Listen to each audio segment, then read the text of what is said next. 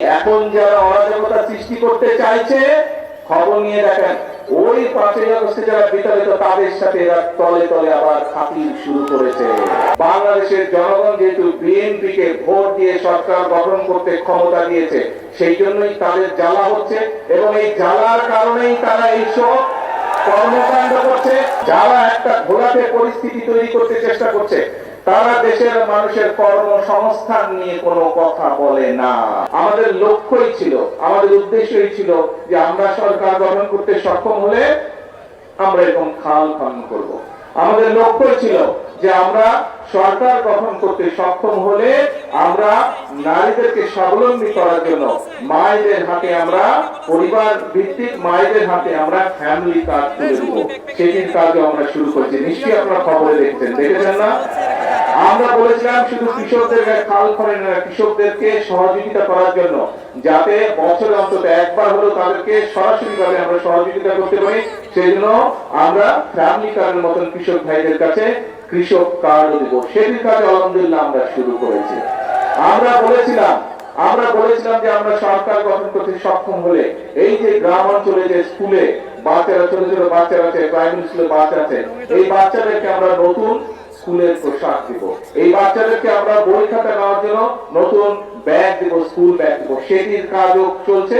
ইনশাআল্লাহ জুলাই মাস থেকে সমগ্র বাংলাদেশে পর্যায়ক্রমিক ভাবে সকল প্রাইমারি স্কুলের বাচ্চাদের কাছে আমরা নতুন কাপড় পৌঁছে দিব, তাদেরকে নতুন স্কুল ব্যাগ পৌঁছে দিব।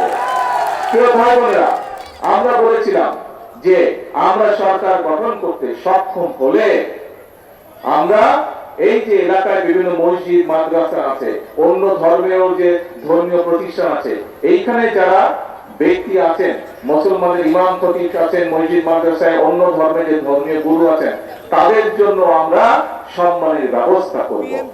আমরা সে কাজটি আলহামদুলিল্লাহ আল্লাহর মতে আমরা শুরু করেছি, ধীরে ধীরে আমরা নিয়ে যাচ্ছি। এখন প্রিয় ভাই বোনেরা, এই যে কাজগুলো করছি কম বেশি, আমরা বলেছিলাম যে আমাদের দেশের অসংখ্য তরুণ আছে, ছেলে হোক মেয়ে হোক, যাদের হয়তো শিক্ষার আলো আছে কিন্তু তাদের হয়তো কর্মসংস্থান নেই। আমরা বলেছিলাম যে আমরা সরকার গঠন করতে পারলে আমরা ধীরে ধীরে আমরা সমগ্র বাংলাদেশে যে আমাদের ভোকেশনাল ইনস্টিটিউশন আছে এগুলোকে জোরদার করব।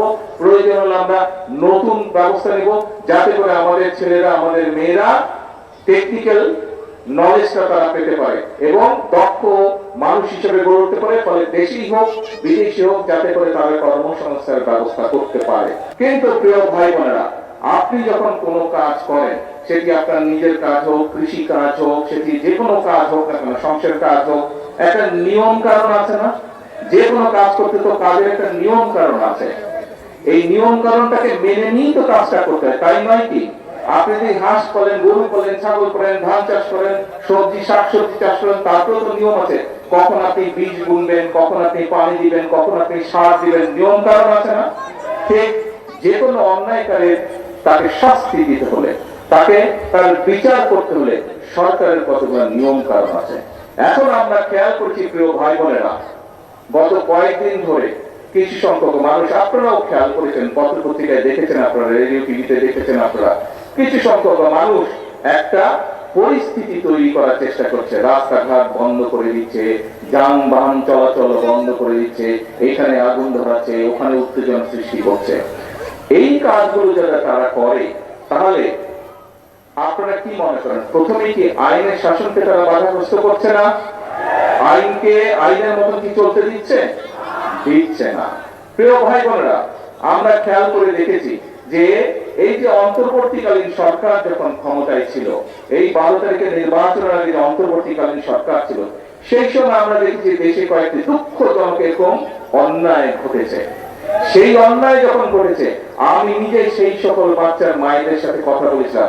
আমাদের দলের আইনজীবী, আমাদের দলের চিকিৎসকরা গিয়ে সেই চিকিৎসা দিয়েছে, আইনজীবীরা গিয়ে সেই আইনি সহায়তা করেছিল। কিন্তু তখন আজকে যেই সকল ব্যক্তিরা হইচই করছে, রাস্তা অবরোধ করছে, বড় বড় কথা হচ্ছে, সেদিন কিন্তু তাদেরকে আমরা মাঠে দেখিনি। সেদিন কিন্তু তাদেরকে আমরা দেখিনি যে তারা অবরোধ করেছে। তাহলে কি আমরা ধরে নেব আজকে যেহেতু জনগণকে 12 তারিখের নির্বাচনে বাংলাদেশের জনগণ যেহেতু বিএনপিকে ভোট দিয়ে সরকার গঠন করতে ক্ষমতা দিয়েছে, সেই জন্যই তাদের জ্বালা হচ্ছে এবং এই জ্বালার কারণেই তারা এইসব কর্মকাণ্ড করছে, তাই তো আমরা ধরে নেব, তাই নয় কি? আপনারা চিন্তা করে দেখেন প্রিয় ভাই বোনেরা, যারা এই রকম পরিস্থিতি তৈরি করতে চেষ্টা করছে তারা কিন্তু কৃষককে নিয়ে কোনো কথা বলে না। যারা একটা ঘোলাটে পরিস্থিতি তৈরি করতে চেষ্টা করছে তারা দেশের মানুষের কর্মসংস্থান নিয়ে কোনো কথা বলে না। যারা এই ধরনের পরিস্থিতি তৈরি করার চেষ্টা করছে, রাস্তাঘাট বন্ধ করে দিয়ে অবরোধ করার চেষ্টা করছে, তারা কিন্তু কৃষকের খাল কাটার কথা বলে না, তারা কৃষক কার্ডের কথা বলে না। যারা এই ধরনের অরাজক পরিস্থিতির সৃষ্টি করার চেষ্টা করছে তারা কিন্তু ছোট ছোট গ্রামের মাসুম বাচ্চারা কিভাবে স্কুলে খালি পায় যায় সেই দিকে তাদের খেয়াল নাই, তাদেরকে নতুন পোশাক দেওয়ার কথা বলে না। যারা দেশের এইরকম পরিস্থিতি তৈরি করতে চায় তাদের ব্যাপারে আপনাদেরকে সতর্ক থাকতে হবে, কারণ তারা অরাজক পরিস্থিতি সৃষ্টি করতে চাইছে। তারা যদি অরাজক পরিস্থিতি সৃষ্টি হয়, এই খাল কাটা বন্ধ হয়ে যাবে সারা বাংলাদেশে। ক্ষতিগ্রস্ত কে হবে? তারা যদি অরাজক পরিস্থিতি সৃষ্টি করে তাহলে ফ্যামিলি কার্ডের যে বিতরণ সেই বিতরণ বন্ধ হয়ে যাবে। ক্ষতিগ্রস্ত কে হবে? তারা যদি অরাজক পরিস্থিতি সৃষ্টি করে তাহলে কৃষক কার্ডের বিতরণ বন্ধ হয়ে যাবে। ক্ষতিগ্রস্ত কে হবে? তারা যদি অরাজক পরিস্থিতি সৃষ্টি করে তাহলে ইমাম সাহেবদের, মুয়াজ্জিন সাহেবদের, খতিব সাহেবদের, অন্যান্য ধর্মের যে ধর্মগুরু আছেন তাদের সম্মানী দেওয়া বন্ধ হয়ে যাবে। ক্ষতিগ্রস্ত কে হবে? প্রিয় ভাই বোনেরা, তারা যদি অরাজক পরিস্থিতি সৃষ্টি করে রাস্তাঘাট বন্ধ করে তাহলে গ্রামের বাচ্চাদেরকে যে আমরা নতুন স্কুল ড্রেস দিতে চাইছি, গ্রামের বাচ্চাদেরকে যে স্কুল ব্যাগ দিতে চাইছি, সেই প্রক্রিয়া বন্ধ হয়ে যাবে। ক্ষতিগ্রস্ত কে হবে? গ্রামের বাচ্চারা হবে। প্রত্যেকটি ক্ষেত্রে তাদের সেই অরাজক পরিস্থিতির কারণে ক্ষতিগ্রস্ত হবে গ্রামে বসবাসকারী খেটে খাওয়া মানুষ। এই দেশের মালিক জনগণ। কিছু সংখ্যক মানুষ এসে বিভ্রান্ত ছড়াবে আর তারা সফল হয়ে যাবে, মানুষের ভাগ্য নিয়ে তারা ছিনিমিনি করবে।